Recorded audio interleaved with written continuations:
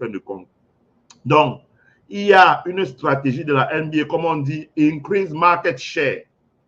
Augmenter les parts de marché. Increase market share. Augmenter les parts de marché. Increase market share. Donc, augmenter les parts de marché. Donc, il y a une stratégie de la NBA dans ce sens, parce qu'elle est en compétition avec la FIFA, elle est en compétition avec la FIBA, elle est en compétition avec la Fédération internationale d'athlétisme, elle est en compétition. Si tu as un sport et que tu n'as pas des stars, je prends un exemple. Si vous étiez le directeur d'une télévision, combien acheterez-vous les droits de retransmission pour le lancer de marteau? Le lancer de marteau est une compétition olympique. Qui s'intéresse de regarder le lancer de marteau? Est-ce que vous connaissez là, comme ça, une star de lancer de marteau? Je présume que non. Mais si je vous dis, par exemple, une star d'athlétisme, là, rapidement, vous allez commencer à me donner des noms. Noah Lai, Sherika Jackson, les noms vont commencer à défiler. Si je vous dis basketball, vous allez commencer à me dire, ah, LeBron James, Tatum.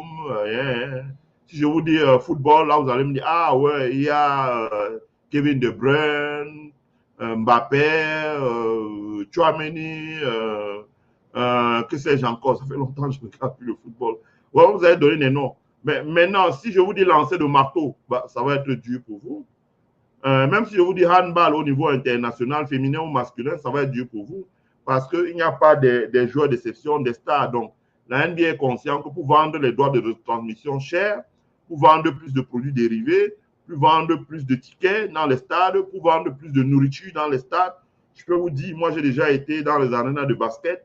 Fou! Ouais, les camions de nourriture qui descendent. Quand il y a un match, il y a des jours, c'est 50 camions semi-remorques de nourriture qui descendent. Parce que les gens mangent, ils boivent, etc. etc. C'est ça que je dis que la seule chose qui n'est pas payante là-dedans, c'est les toilettes. La seule chose qui n'est pas payante, c'est les toilettes. Il y en a partout d'ailleurs. Parce que les gens mangent énormément, etc. Ils achètent. Les gens viennent regarder les matchs en famille. Quand il y a des matchs, moi j'ai regardé des grands matchs.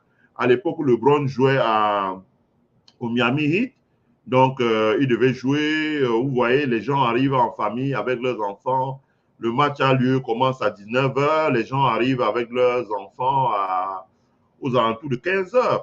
15h, ils se garent, ils font du shopping dans les boutiques, ce qu'on appelle les outlets. Et ils sortent du shopping aux alentours de 17h, 17h. Ils vont manger, ils vont aux toilettes, etc. Ils se débarbouillent. Il y a même des serviettes, des lingettes. Ils se débarbouillent bien. Et ils vont s'asseoir aux alentours de 18h. Et à 18h, il y a déjà l'animation parce que les équipes sortent pour s'échauffer, etc., etc. 45 minutes après, elles retournent. Il y a toute cette animation-là avant que les équipes rentrent et puis le match démarre. Et le match, ça dure souvent 2 heures, 2 heures et demie. Donc, ça va jusqu'à 22 heures, etc., etc. Donc, vous voyez bien qu'entre 15 heures et 22 heures, il y a 7 heures de temps où les gens consomment, dépensent, regardent des publicités, etc. Tout est payant. Vous avez des grands écrans où il y a des publicités, des reportages sur les entreprises, etc. C'est ce que vous ne voyez pas à la télévision. Et tout ça, ça contribue à augmenter le revenu. Encore pire quand c'est la All-Star Game. Pendant une semaine, c'est beaucoup de choses. Donc, Embiid va être utilisé comme un produit marketing pour la croissance externe de la NBA. Et c'est ce qui explique la décision de la NBA, je dis bien, de le faire jouer pour Team USA et non pas pour le laisser partir.